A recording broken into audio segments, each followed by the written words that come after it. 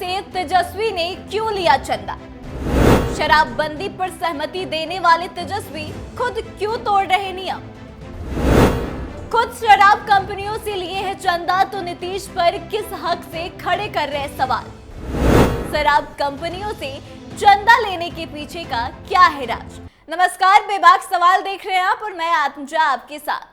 बिहार में शराबबंदी को लेकर राष्ट्रीय जनता दल की ओर से मुख्यमंत्री नीतीश कुमार पर लगातार सवाल खड़े किए जा रहे हैं, वो भी तब जब शराबबंदी कानून लागू करने में तेजस्वी यादव ने खुद सहमति दी थी। इतना ही नहीं, पिछली बार जब सारण में शराब कांड हुआ तो लगभग 75 लोगों की मौत हुई। उस वक्त तो तेजस्वी यादव ने कुछ नहीं बोला था। उस वक्त शराबबंदी की समीक्षा करने की भी बातें नहीं कही। लेकिन इस बार बिहार में पिछले दिनों हुए शराब कांड को लेकर तेजस्वी यादव लगातार नीतीश कुमार पर निशाना साध रहे हैं, शराबबंदी कानून पर सवाल खड़े कर रहे हैं। ऐसे में सवाल यह उठता है कि जब खुद तेजस्वी यादव ने शराबबंदी कानून को लेकर सहमति दी थी तो फिर अब शराबबंदी से उन्हें इतनी परेशानी क्यों है? इतना ही नहीं, आपको बता दें कि लोकसभा चुनाव 2024 के बीच बिहार के मुख्यमंत्री नीतीश कुमार की पार्टी यानी कि जेडीयू ने लालू और तेजस्वी यादव की आरजेडी पर गंभीर आरोप लगाए थे। जेडीयू ने दावा किया था कि महागठबंधन के सत्ता में रहने के दौरान आरजेडी ने शराब कंपनियों से करोड़ों रुपए का चंदा लिया। इसके एवज में तेजस्वी यादव कथित रूप से बिहार से शराबबंदी को खत्म करने का सौदा कर रहे थे। जेडीयू का कहना है कि नीतीश कुमार ने इसी वजह से समय रहते आरजेडी के साथ रिश्ता तोड़ लिया और एनडीए में वापसी कर ली। बता दें कि आरजेडी ने चुनावी बॉन्ड से जो 70 करोड़ का चंदा लिया, इनमें से 45 करोड़ शराब कंपनियों के हैं। यह राशि आरजेडी को जुलाई 2023 से जनवरी 2024 के बीच मिली, जिस वक्त पार्टी बिहार में जेडीयू के साथ सत्ता में काबिज थी। जेडीयू ने आरजेडी से पूछा था कि जब वे सत्ता में थे तभी पार्टी को मिले डोनेशन का 63% हिस्सा शराब कंपनियों से क्यों लिया? और यह सवाल एक तरह से जायज भी है, क्योंकि एक तरफ आप जब शराबबंदी के पक्षधर रहे हैं तो फिर बाद में आपने शराब कंपनियों से आखिर इतना चंदा क्यों लिया? क्या वाकई में तेजस्वी यादव कोई बड़ी प्लानिंग कर रहे थे कि बिहार में फिर से शराब चालू कर दिया जाए? और क्या यही बड़ी वजह थी कि उस शराब कांड में तेजस्वी यादव ने चुप्पी साध रखी थी? दरअसल एक बार फिर से बिहार में शराब कांड को लेकर मामला काफी गरमाया हुआ है और तेजस्वी यादव आए दिन नीतीश कुमार की शराबबंदी और शराब नीतियों पर सवाल खड़े कर रहे हैं, जिसके बाद एक बार फिर जनता दल यूनाइटेड ने अब तेजस्वी पर पलटवार किया है और कहा है कि राज्य की तस्वीर बदलने वाले इस नीति के खिलाफ बोलना नेता प्रतिपक्ष तेजस्वी यादव की मजबूरी है, क्योंकि उन्हें शराब बनाने वाली कंपनियों से चंदा लेना होता है।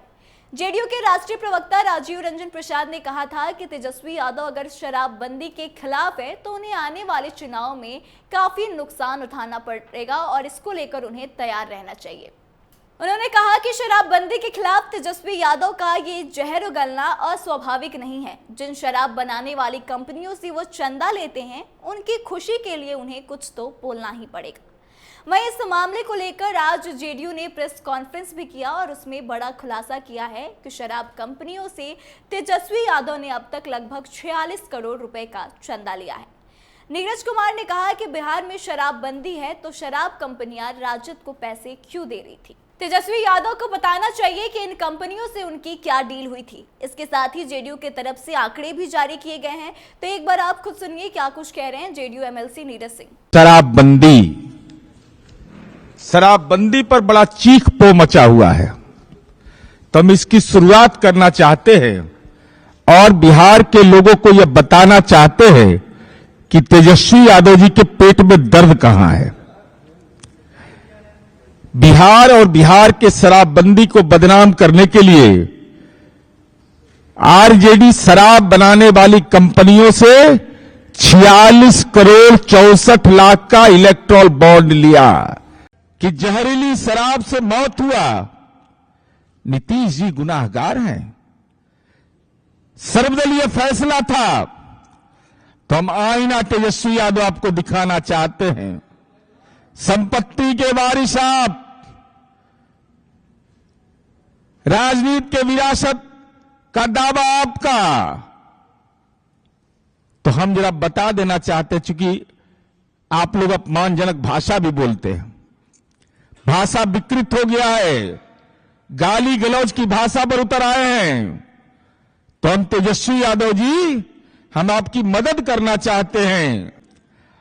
और 7 वर्ष का मैं तुलना किया हूं, जब राबड़ी देवी जी मुख्यमंत्री थी बिहार के, जब बिहार में शराबबंदी नहीं लागू था और जब बिहार में शराबबंदी लागू हुआ तो हमारा रैंकिंग देश के अंदर में क्या था, जहरीली शराब से मरने वालों में।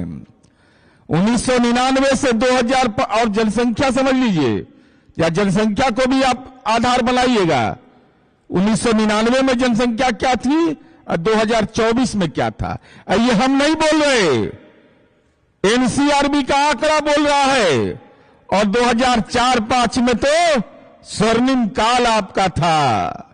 तो सुना आपने कैसे आंकड़े दिखाए गए हैं और क्या कुछ कहा है नीरज सिंह ने। आपको बता दें कि उन्होंने यह भी कहा कि एनसीआरबी के आंकड़ों के अनुसार जहरीली शराब से मौत के मामले में जब बिहार में राबड़ी देवी की सरकार थी उस वक्त 456 लोगों की मौत जहरीली शराब पीने से हुई थी।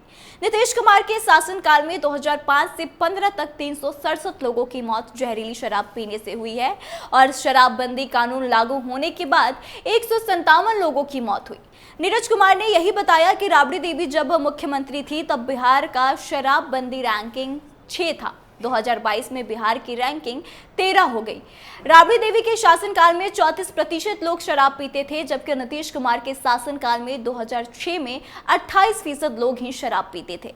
शराब पीने वालों की संख्या घटी थी, जबकि शराब दुकानों की संख्या 3000 से बढ़कर 6000 हो गए थे।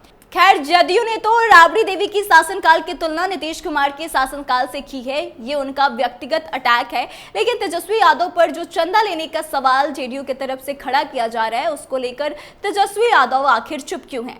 लोकसभा चुनाव के समय से ही इलेक्टोरल बॉन्ड और शराब कंपनियों से चंदा लेने का मामला चल रहा है, लेकिन अभी तक तेजस्वी यादव ने इस पर कोई भी जस्टिफिकेशन नहीं दिया है। ऐसे में सवाल उठता है कि जब खुद अभी तक जस्टिफाई नहीं कर पाए हैं तेजस्वी कि यह मामला क्या है, उन्होंने शराब कंपनियों से इतने पैसे क्यों लिए हैं, तो फिर वो किस हक से नीतीश कुमार पर सवाल खड़े कर रहे हैं। तो आज के इस बेबाक सवाल में बस इतना ही। इस पूरे मामले को आप कैसे देखते हैं, कमेंट करके अपनी प्रतिक्रिया जरूर दें। वीडियो को शेयर करें और आगे की तमाम अपडेट्स के लिए देखते रहे कैपिटल टीवी बिहार। धन्यवाद।